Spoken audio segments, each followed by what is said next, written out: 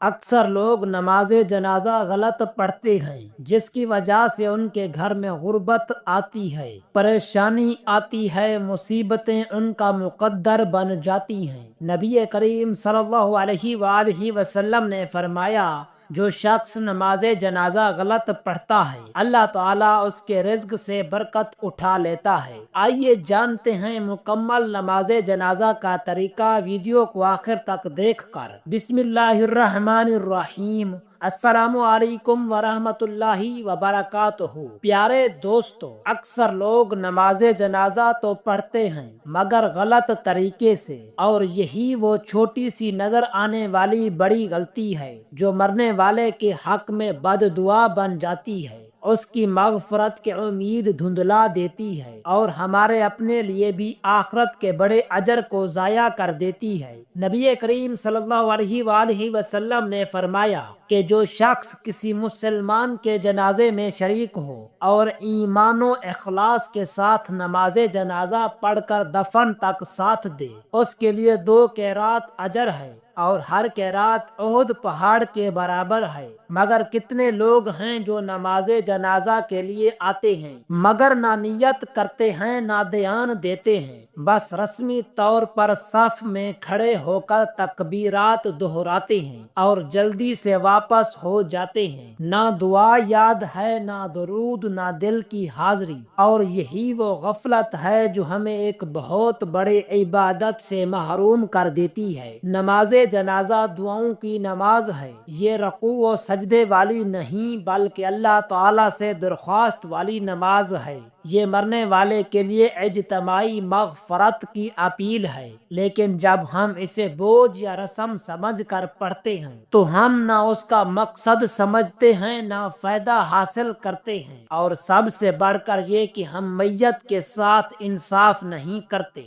آئیے جانتے ہیں کہ نماز جنازہ کا صحیح طریقہ کیا ہے اور ہم اس میں کیا غلطیاں کرتے ہیں۔ سب سے پہلے نیت کی جاتی ہے۔ دل میں یہ ارادہ ہو کہ میں اللہ پاک کے لیے اس مسلمان مرد یا عورت کی نماز جنازہ پڑھ رہا ہوں۔ زبان سے کہنا ضروری نہیں۔ پھر امام کے پیچھے صفیں بنائی جاتی ہیں اور پہلی تکبیر پر ہاتھ اٹھا کر باندھ لیے جاتے ہیں، اور ثنا یعنی سبحانک اللہم و بحمدک و تبارک اسمک و تعالی جدک و جل ثناؤک پڑھی جاتی ہے۔ اگر یہ نہیں آتی تو نماز والی پڑھ سکتے ہیں۔ پھر دوسری تکبیر کہہ کر درود ابراہیمی مکمل پڑھا جاتا ہے۔ اگر نماز جنازہ والا آتا ہے تو وہ بہتر ہے۔ پھر تیسری تکبیر کے بعد میت کے لیے دعا کی جاتی ہے، جو کہ سب سے اہم حصہ ہے، جیسے اللہم اغفر لی حیینا و میتینا و شاہدینا و غائبینا و صغیرنا و کبیرنا و ذکرنا و انسانا، اللہم من احییتہ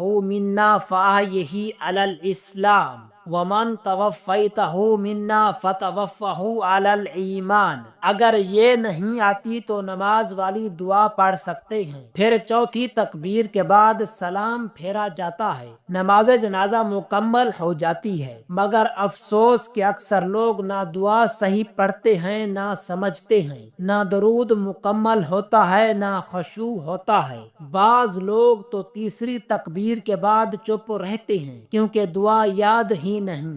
بعض جلدی کرتے ہیں، بعض باتیں کرتے ہیں، بعض بچوں کے ساتھ کھڑے ہوتے ہیں جو مسجد کا ادب بھی نہیں جانتے، بعض موبائل پر مصروف رہتے ہیں، اور کچھ جنازے کے بعد قبرستان تک جانے کو وقت کا ضیاع سمجھتے ہیں۔ حالانکہ نبی کریم صلی اللہ علیہ وآلہ وسلم نے فرمایا کہ جو شخص جنازے کے ساتھ جائے اور دفن تک ساتھ رہے، اس کے لیے 2 قیرات اجر ہے۔ افسوس کہ ہم نے اس عبادت کو رسمی بنا دیا ہے، سیکھنے کی زحمت نہیں کرتے، اپنے بچوں کو نہیں سکھاتے، اور یوں میت کے حق کو ضائع کر دیتے ہیں۔ سوچو اگر کل تمہارا جنازہ ہو تو تم کیا چاہتے ہو؟ لوگ صرف رسم پوری کریں یا دل سے دعا کریں؟ یہ وہ وقت ہوتا ہے جب ایک مسلمان کو دنیا سے رخصت کیا جا رہا ہوتا ہے، اور ہم سب اس کی بخشش کے لیے اللہ تعالیٰ کے سامنے کھڑے ہوتے ہیں۔ مگر جب ہماری زبان پر دعا ہی نہ ہو، دل حاضر نہ ہو، تو ہم کیا لے کر کھڑے ہیں؟ اگر دعا یاد نہ ہو تو سیکھو، امام سے پوچھو، کتاب پڑھو، یاد کرو اور نماز جنازہ کو سنجیدگی سے لو۔ یہ کوئی رسم یا مجمع نہیں، یہ رب کی حضور میت کی سفارش کا موقع ہے۔ نبی کریم صلی اللہ علیہ وسلم نے فرمایا کہ جس مسلمان کے جنازے میں 40 ایسے افراد شریک ہوں جو اللہ تعالیٰ کے ساتھ کسی کو شریک نہ ٹھہراتے ہوں، اللہ تعالیٰ اس کے حق میں شفاعت قبول فرما لیتا ہے۔ یعنی یہ موقع ہے میت کے لیے معافی اور بلند درجات کا، لیکن اس کے لیے دعا، اخلاص اور مکمل طریقے سے نماز جنازہ پڑھنا ضروری ہے۔ افسوس کہ آج لوگ نہ نیت کرتے ہیں نہ خشوع رکھتے ہیں، صفیں ٹیڑھی ہوتی ہیں، تکبیرات جلدی جلدی، دعا بھولی ہوئی، درود ادھورا، یہ سب ایک زندہ انسان کی موت کے بعد اس کے لیے بد عملی بن جاتا ہے۔ نماز جنازہ میں ادب، سکون، توجہ، دعا، دل کی حاضری سب ضروری ہے۔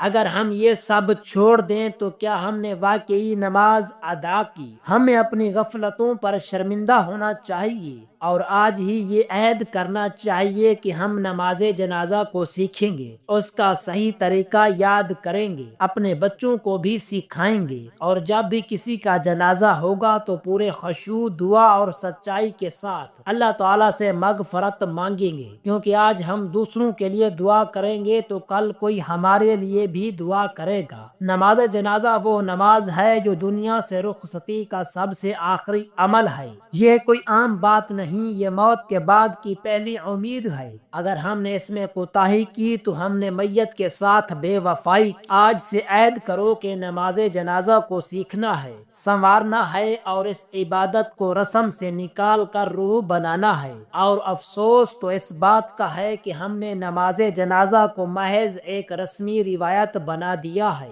مسجد میں اعلان ہوتا ہے، لوگ دوڑ کر آتے ہیں، لوگ زبان پر درود نہیں، دل میں خشوع نہیں، آنکھ میں آنسو نہیں۔ کیا ہمیں معلوم ہے کہ ہم ایک مسلمان بھائی کی آخری نماز پڑھ رہے ہوتے ہیں، جس کی زندگی ختم ہو چکی، جس کے عمل کا دفتر بند ہو چکا اور جس کی آخری امید ہماری دعائیں ہوتی ہیں، لیکن ہم میں سے اکثر کو نماز جنازہ کی دعا تک یاد نہیں، نہ ہم نے سیکھا نہ سکھایا۔ کسی کو یہ عمل نہیں کہ 4 تکبیریں کیسے کہنی ہیں، دعا کہنا پڑھنی ہے اور دل میں میت کے لیے کیا احساس رکھنا ہے۔ ہم نماز جنازہ کے بعد فوراً موبائل نکال لیتے ہیں، ہنسی مذاق شروع ہو جاتا ہے اور اگلی مصروفیات میں گم ہو جاتے ہیں، جیسے مرنا صرف دوسروں کے لیے ہے۔ بھائیو، موت کا جنازہ دوسروں کا نہیں، ہر ایک کا اپنا ہے، ہر ایک کا وقت آنے والا ہے۔ اگر آج کسی کا جنازہ ہم پڑھ رہے ہیں تو کل ہمارا جنازہ بھی اٹھایا جائے گا۔ اس کے لیے جنازہ صرف دعا نہیں، ایک نصیحت ہے، ایک یاد دہانی ہے، ایک جھنجھوڑ دینے والا لمحہ ہے۔